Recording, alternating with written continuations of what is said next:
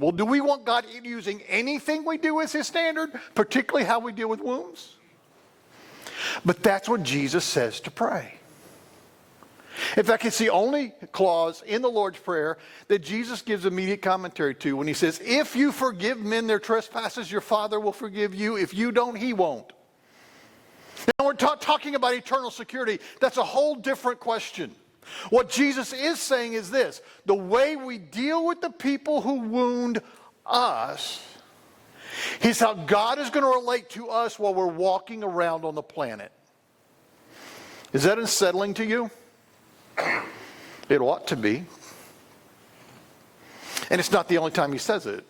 Multiple times throughout the Gospels, he says something very similar.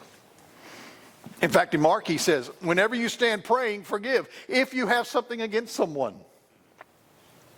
In other words, if you come to God in prayer and you've been wounded since the last time you talked to God in prayer and you've not dealt with those wounds, God says, I don't want to have the conversation with you. Our unforgiveness impacts our ability to pray. And you're going, what? Really? How many of you got kids? Right? The kids come fighting to you. The two of them, they're fighting. What do you say?